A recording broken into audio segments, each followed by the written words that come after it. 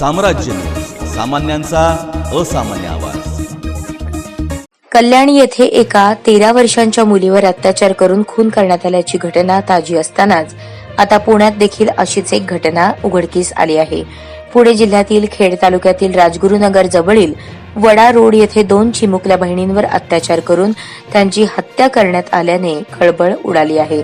या बहिणींचे मृतदेह घरातील वरच्या मजल्यावर पाण्याच्या ड्रममध्ये आढळले। घरात भाड्याने राहणाऱ्या आचार्याने या दोघींची हत्या केल्याचे उघड झाले। या आचार्याला पुण्यातून अटक करण्यात आली आहे। ही घटना काल दुपारी घडली।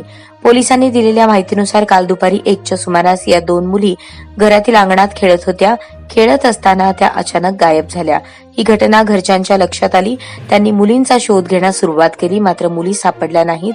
त्यामुळे या घटनेची तक्रार पोलिसात देण्यात आली।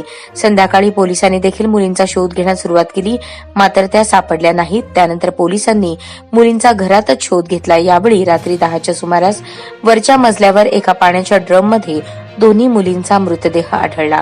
दोन्ही मुलींचे पाय वर आणि डोके खाली होते। मुलींचे मृतदेह पाहून घरच्यांनी टाहो फोडला।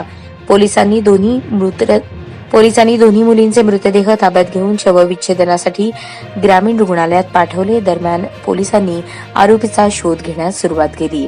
मुलींचे मृतदेह सापडल्यावर पोलिसांनी या प्रकरणाचा तपास सुरू केला। आरोपी आचार्याने या दोन्ही मुलींना गोड बोलत वरच्या मजल्यावर नेले।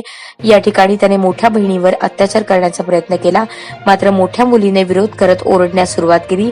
त्यामुळे बिंग फुटण्याच्या भीतीने आरोपी आचार्याने मोठ्या मुलीचा गळा आवळून खून केला। ही घटना छोट्या बहिणीने पाहिली, त्यामुळे त्याने तिचाही जीव घेतला।